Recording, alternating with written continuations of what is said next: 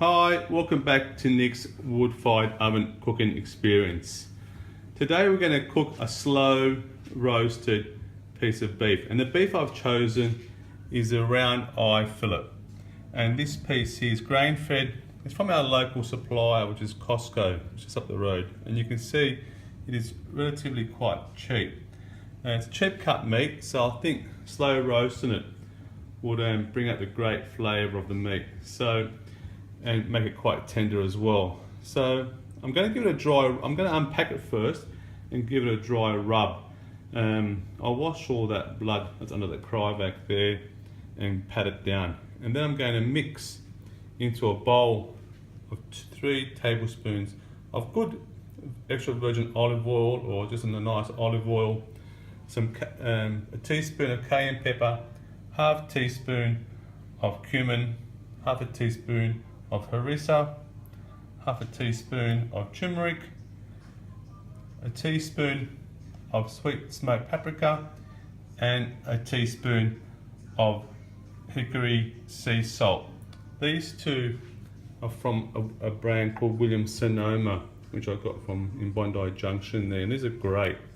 You can get quite a few different types of salts and spices. So I'm going to mix those together and I'll rub it into our meat and let it sit for an hour before I put it into the oven, which is probably at about 160 degrees at the moment, but we'll go from there. So the piece is all being cleaned up. It's got a nice thick layer of fat on there, which is great for slow roasting. The meat is quite lean, but it has got that sort of working muscle type. So I'm going to throw all of our ingredients into the bowl here as we go along, and then I'll mix all those up, making sure we get everything out of it, and then I'll put a dry rub on it. Well, the mixture is a little bit waterier than I thought, but it's not much of a dry rub. So I'm just going to pour that on there a bit at a time, and we'll rub that all in there. So you find once I get all around it, there won't be that great deal of sort of sitting in it. Now, this is just to flavour it. I'm going to make another sauce, which once we've had it in the oven for a couple of hours, I'm hoping to cook for about 4 hours or 4 and a bit. Once it's been in the oven for about 3 or 4 hours, I'm going to put a tomato-based smoked barbecue sauce layer over it, just to give it a bit of additional taste. So we'll throw this in the oven very soon. We'll let it sit there for about an hour, just trying to absorb some of those flavours. You can see it's not really sitting in it. I'm going to put the rest of that and put it over it as well. Okay, so we're going to put our piece of beef in the wood fire oven now. The oven's been going since last night, so it's about 12 midday now. It's probably at about 184.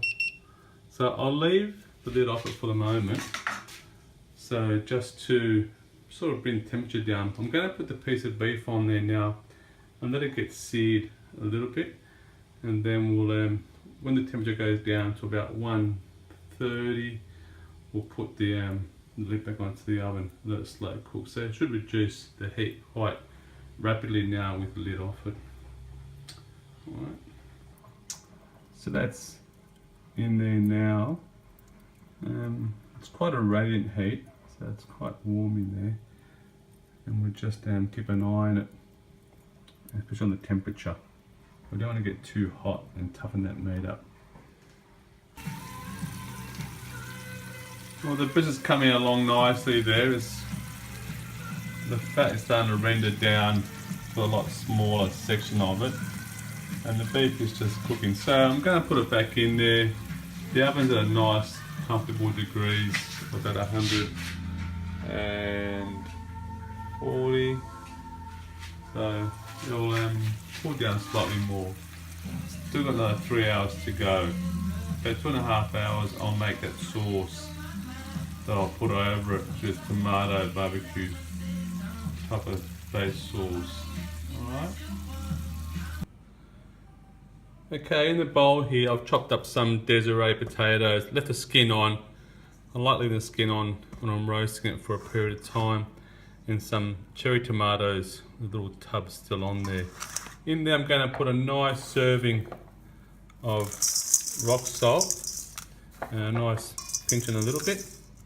Over here I've got some ground black pepper and some garlic powder. I like using garlic powder in lieu of raw garlic, only because the raw garlic can tend to burn. And a good serving of some really good extra virgin olive oil. This olive oil, you can see in a plastic container, is from my dad's island in Greece, where he's from, called Zakynthos. So it's a great woody olive oil, which I use it for roasting or just for salads. Not too much for frying stuff. So I'll toss that around a bit, and then we can put that in there in the tray.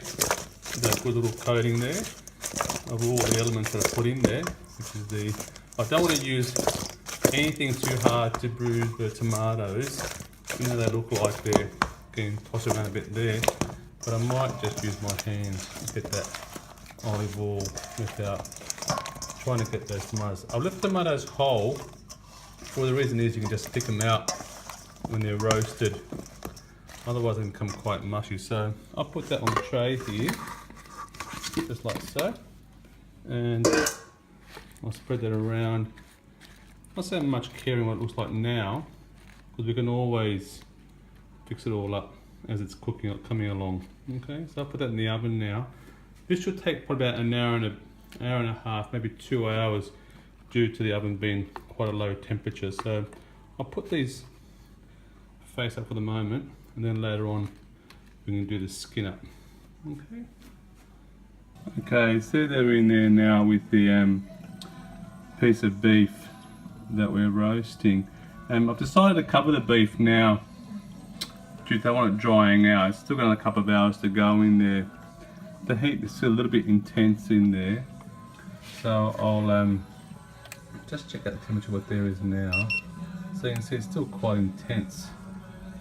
So I've covered the beef anyway, and then I'll come back and make the sauce, which I'm going to cover the beef with, and probably coat it in the last hour of its cooking time. Alright, so I'll put the lid back on there, which is right here. It's quite a heavy lid.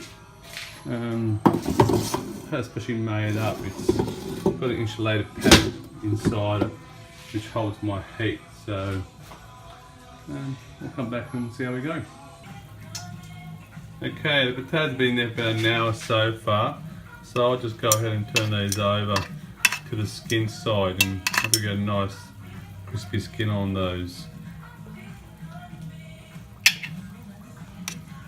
The tomatoes have remained nice and plump. They're full of nice juices. So they're from our garden out in the back here.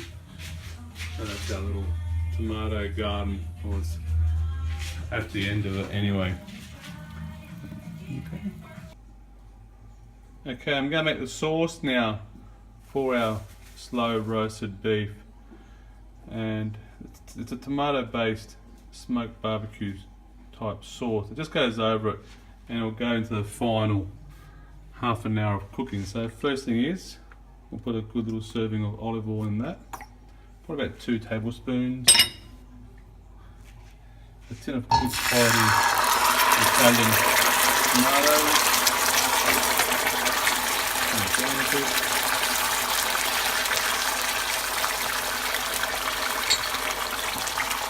A teaspoon of pepper. Good serving of salt. The tomatoes need a bit of salt to get that going. And last but not least, a bit of barbecue sauce. So probably a good 3 to 4 tablespoons. I've got this one here called Sweet Baby Ray's barbecue sauce. A little bit sweeter than the other one, so hopefully they'll all work well together. I'll just stir those through. So I'll just stir all those through and combine all those ingredients. I don't want too much in the way of pepper and salt and all different types of spices, only because I want the sauce to reach the flavour of the meat, not to overpower the meat. We've already used a whole array of spices in our rub. Okay, so I'll let this cook for about, let's say 4 or 5 minutes, get the water content out of the sugar, out of the tomato, and also the acidity out of the tomato. Okay, it's very important that you put this sauce over the meat while the sauce is still quite hot. We don't want to change the temperature of the meat and let it seize up and become tough. Well, I pulled the foil off the beef and you can see the beef is quite moist and tender. I'm just going to, I'm not going to put all the sauce on at the moment. Just going to slowly drip over it and just see how it dries out. So I want a nice thick crust over it.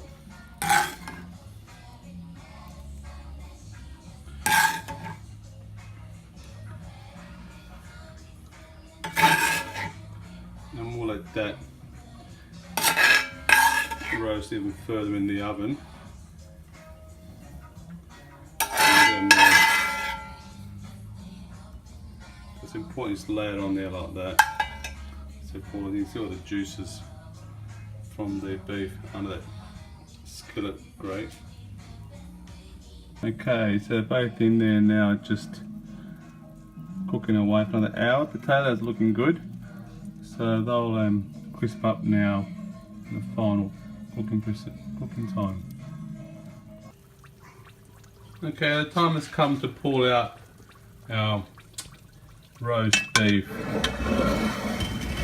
slow roasted roast beef. So that sauce is beautifully caramelised onto the piece of meat. We're going to let it sit for a couple of minutes and then we'll do that taste test, or the cut test, and see how tender it has come out being a cheap cut of meat. As you can see, our potatoes have roasted beautifully as well, so they're nice. Got a nice crisp colour to them.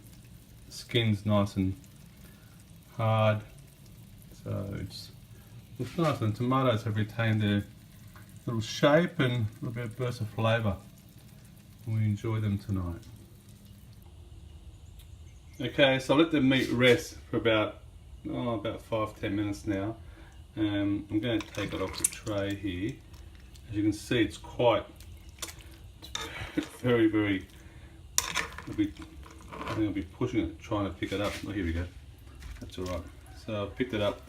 You can automatically see that it's really moist and easy to pull apart. So I didn't take much to take that off. So it's come out well. I'll slice it a little bit over here. Try and do it with one hand and see how we go. We look inside it and you can see it's beautifully tender. So I think the kids will look forward to that.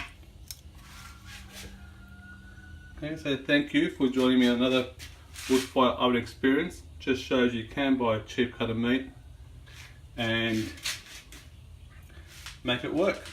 Thank you.